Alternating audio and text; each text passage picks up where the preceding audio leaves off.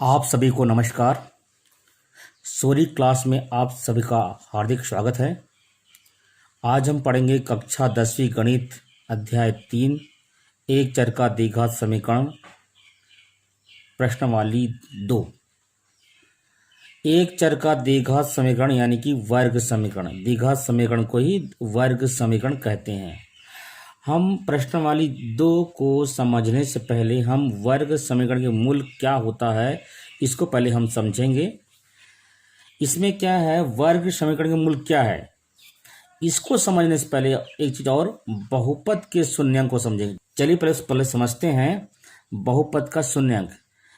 ये एक बहुपद है x+6, एक बहुपद है।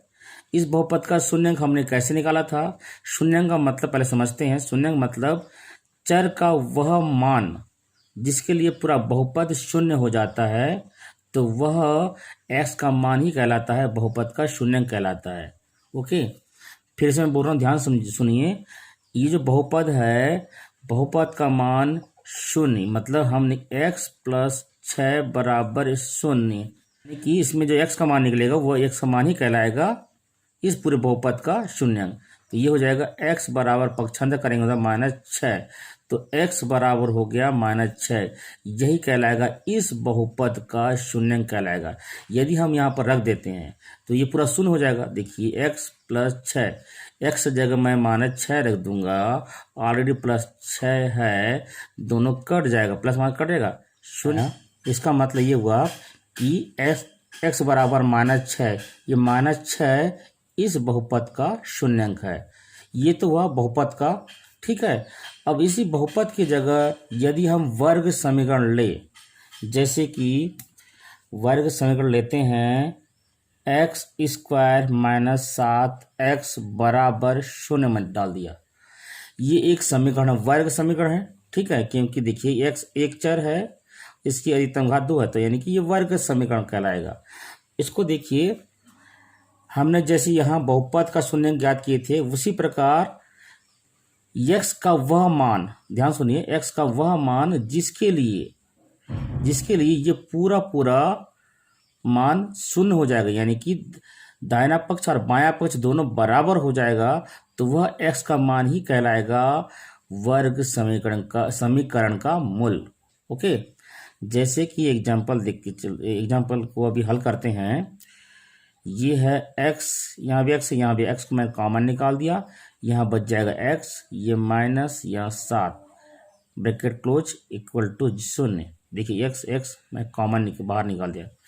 अब देखिए x ये गुणनखंड में है, तो ये हो जाएगा आपका x बराबर ये 0 पहला, दूसरा है x - 7 बराबर 0। देखिए इस गुणा हमें ये बराबर भी इसको 0 करेंगे, इसको भी 0 करेंगे, तो ये x के बराबर 0 आ गया। दूसरा निकालेंगे, x बराबर पक्षांतर करेंगे तो -7 का हो जाएगा 7। इस तरह से हमारे पास x का 2 मान आया, x बराबर 0 और x बराबर 7। यही कहलाएगा वर्ग समीकरण के मूल, ठीक। यानी कि यदि हम इस समीकरण में x बराबर 0 रखेंगे तो दोनों पक्ष बराबर होगा, या x बराबर 7 भी रखेंगे तो दोनों पक्ष बराबर होगा, ठीक है। यानी कि हम यहाँ बराबर 0 है, तो हम कह सकते हैं कि x बराबर 0 रखेंगे तो ये पूरा 0 हो जाएगा, इसके बराबर हो जाएगा, या 7 रखेंगे तब भी ये पूरा 0 हो जाएगा, यानी कि दूसरे पक्ष के बराबर होगा। चलिए देखते हैं इसको भी, एक बार 0 रख के देखते हैं। x² है, x² जगह हमने 0 रख दिया, -7 यहाँ पर मैंने 0 रख दिया। देखते हैं कितना 0 आता नहीं आता। देखिए ये 0 माइनस ये 0, तो ये पूरा 0 हो गया। देखिए यहाँ पर 0, x बराबर मैंने 0 रखा, फिर -7x 7 रखा, x जगह 0 रख दिया, तो ये पूरा 0 हो गया। उसी प्रकार 7 रखते हैं, चलिए रखते हैं। ये 7 का वर्ग -7 गुणित ये यहाँ x जगह 7 रख देते हैं, 7। देखते हैं ये 0 आता है नहीं आता है। देखिए 7 ही हो रहा है 49, इधर भी 7 ही 49, दोनों कट गया, प्लस माइनस कट गया, ये 0 आ गया, तो इसका मतलब है दूसरे पक्ष के बराबर हो गया, ठीक है। इस तरह से हम कह सकते हैं कि किसी भी समीकरण का में चर यानी कि x का वह मान जिसके लिए दोनों पक्ष, यदि उस मान को हम यहाँ समीकरण रख दें तो समीकरण के दोनों पक्ष बराबर हो जाए तो वह x का मान ही कहलाता है वर्ग समीकरण के मूल। ओके, यदि समीकरण वर्ग समीकरण है तो उसके जो मूल हैं हमेशा दो मूल प्राप्त होंगे, यानी कि चर का जो मान है दो मान प्राप्त होगा। हम कह सकते हैं कि वर्ग समीकरण के दो मूल प्राप्त होते हैं। अब हम प्रश्नावली 2 के सवालों को हल करेंगे। पहला सवाल दिया हुआ है, जांचिए कि दिए गए मान समीकरण के मूल हैं अथवा नहीं। ये हमारा प्रश्नावली 2 का पहला सवाल है।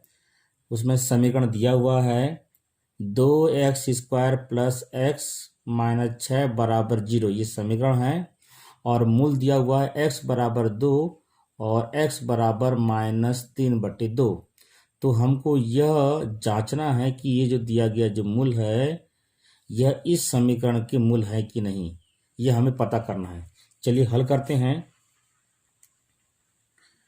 दिया गया समीकरण, क्या समीकरण दिया गया समीकरण है हमारे पास है 2x² प्लस x माइनस 6 बराबर 0, ये दिया गया समीकरण है। ओके, अब हमको क्या करना है, यह x बराबर 2 और x बराबर -3/2 इस समीकरण के मूल हैं कि नहीं यह पता करना है। इसके लिए क्या करना पड़ेगा, मैं पहले बताया था कि हमको यहाँ पर मान को, इस मान को यहाँ रखना पड़ेगा एक जगह और चेक करेंगे कि क्या दोनों पक्ष बराबर है कि नहीं। चलिए पहला मान पहले रखते हैं। समीकरण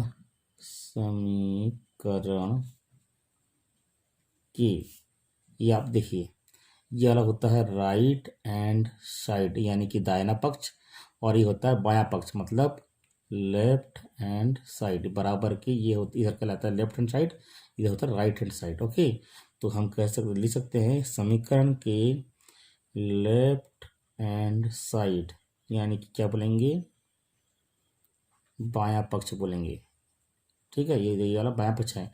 बायां पक्ष में x बराबर 2 रखने पर हम रख के देखते हैं, ये समीकरण के ये बायां पक्ष में रख देते हैं। ठीक है, इसको उतारे हम, ये 2 का 2 यहाँ लिख सकते हैं लेफ्ट हैंड साइड। ओके, अब देखिए ध्यानपूर्वक देखिए, यहाँ पर है 2, ये हो गया 2, x जगह क्या रखेंगे 2 रखेंगे, x जगह 2 रख दिए, घात 2 है। यहाँ देखिए x² है तो यहाँ 2 का स्क्वायर लिख दिए, प्लस x है, x की जगह 2, ये हो गया 2, -6 -6। ओके, अब देखिए इसको हल करते हैं, ये हो जाएगा 2 का वर्ग 2 दूनी 4, कोष्टक हटा दिए हो जाएगा 2 का वर्ग 4 प्लस 2 -6। ओके, ये 2 चौक ये 8 प्लस 2 -6। अब देखिए 8 और ये धन धन जुड़ेगा, 8 और 2 ये 10 माइनस ये हो गया 6, 10 में से 6 घटाए ये हो गया 4। ठीक है, अब चेक करते हैं क्या दायां पक्ष right hand side left hand side दोनों बराबर है क्या। हम जने लेफ्ट हैंड साइड को हल किया 4 आया और राइट हैंड साइड क्या है 0 है, मतलब दोनों 4 0 दोनों बराबर नहीं है। तो हम कह सकते हैं लेफ्ट हैंड साइड बराबर नहीं है राइट हैंड साइड। ओके, ठीक, ये तो हो गया पहला कंडीशन, इसको हम तीर का निशान से शो करें। ओके, ठीक है, ये हाँ, तो इसका मतलब ये हुआ कि ये क्या है, ये जो मूल है कौन सा, ये जो x बराबर 2 ये जो मूल है ये समीकरण का मूल नहीं है। चलिए इसी तरह दूसरा लिखते हैं। इसी तरह दूसरा एक मूल दिया हुआ ना पर x बराबर -3/2 दिया, इसको भी हम रखते हैं। इसी तरह x बराबर -3/2 रखने पर, चलिए रख के देखते हैं। लेफ्ट हैंड साइड रखेंगे, left hand side left hand side रखेंगे, हम मालूम है लेफ्ट हैंड साइड क्या है, चलो पहले लिख देता हूँ मैं। लेफ्ट हैंड साइड मतलब है 2x² प्लस x माइनस 6 दिया हुआ है। हाँ रख देते हैं, चलिए ये 2 का 2, x की जगह रखेंगे -3/2 कोष्टक बंद, स्क्वायर का स्क्वायर प्लस का प्लस, x की जगह रखेंगे -3/2 माइनस ये हो गया 6।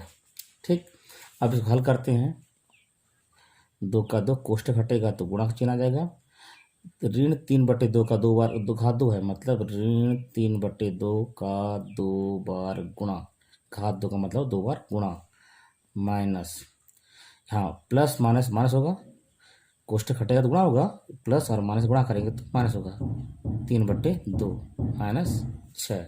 ओके, ये गुणा में 2 और 2 ऊपर नीचे कटेगा।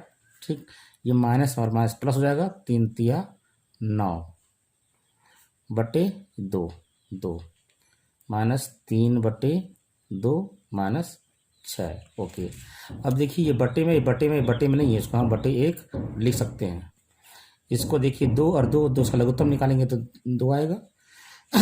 देखिए 2 का पारा पड़ेगा, कितना आना चाहिए, 2 आना चाहिए, 2 1 कम 1 आया, 1 को ऊपर गुणा कीजिए, 1 निया 9 माइनस माइनस, 2 का पारा पढ़ो कि 2 आए, 2 1 कम 2, 1 को ऊपर गुणा करो, 1 तिया 3, फिर माइनस, 1 का पारा पढ़ो, 2 आना चाहिए, 1 2 2 आया, 2 छक्के 12।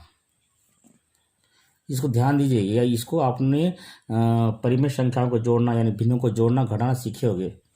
अब देखिए ये ऋण ऋण जुड़ेगा, ये 9 का 9 ऋण जुड़ गया तो माइनस 12 3 15 बट्टे नीचे 2 है, ये हो गया 2। ठीक, अब देखिए दोनों घटेगा, ऋण है ना, घटेगा, ये हो जाएगा माइनस 15 में से 9 गया तो ये हो गया 6 माइनस 6 और बट्टे में 2, ये हो गया 2। ठीक, अब देखिए ये कटेगा, 2 1 कम 2 2 तिया 6 3 है तो -3। अब देखिए ये हमारा हल आ गया -3, तो -3 को यहाँ देखिए आपका राइट हैंड 0 है, 0 नहीं आ रहा है। ठीक है, ये 3 आ रहा है, 0 नहीं आ रहा है, इसका मतलब है लेफ्ट हैंड साइड बराबर नहीं है राइट हैंड साइड, यानी कि 0 होता तो राइट हैंड साइड बराबर आता। इसका मतलब क्या हुआ, इसका मतलब ये हुआ, अतः आंसर यहाँ लिखेंगे, अतः क्या x बराबर क्या था, x बराबर हमारे सवाल में x बराबर 2 और x बराबर -3/2, ये दोनों क्या है, समीकरण के मूल नहीं है। तो यहाँ लिखोगे अतः x बराबर 2 और x बराबर -3/2, जो सवाल में दिया है। हाँ ये कि क्या बोलना चाहिए, हाँ x बराबर 2 और x बराबर -3/2 समीकरण, जो हमारा समीकरण के मूल नहीं है। ओके, इस तरह से हम कर सकते हैं। यदि ये 0 होता, यदि हम यहाँ पर मान निकाले, जैसे कि इसको हम हल किए, हल करने के बाद यहाँ 4 की जगह 0 आया था, यानी कि राइट हैंड साइड के बराबर होता, तब वो उसका मूल कहलाता। जैसे हम x बराबर ऋण 3/2 है यहाँ रखिए, हल किए, हल करने से हमारे यहाँ -3 आया। यदि ये 0 होता, यानी कि राइट हैंड साइड और लेफ्ट हैंड साइड दोनों बराबर होता, इसका मतलब है कि ये है इस समीकरण के मूल होते। तो अतः हम यहाँ दोनों कंडीशन में दोनों बराबर नहीं हो रहे हैं, तो अतः x बराबर 2 और x बराबर -3/2 समीकरण के मूल नहीं है। ओके।